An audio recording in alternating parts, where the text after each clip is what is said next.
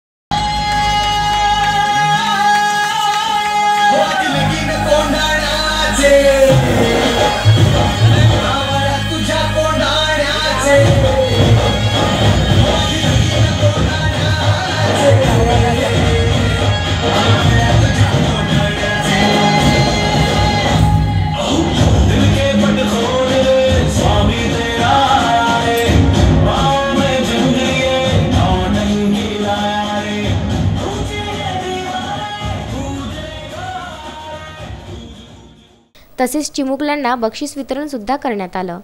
या कार्यक्रमाला गावातील युवा वर्ग तसेच शाळेतील शिक्षकवृंद यांच्यासह पालकवर्ग मोठ्या प्रमाणात उपस्थित होता।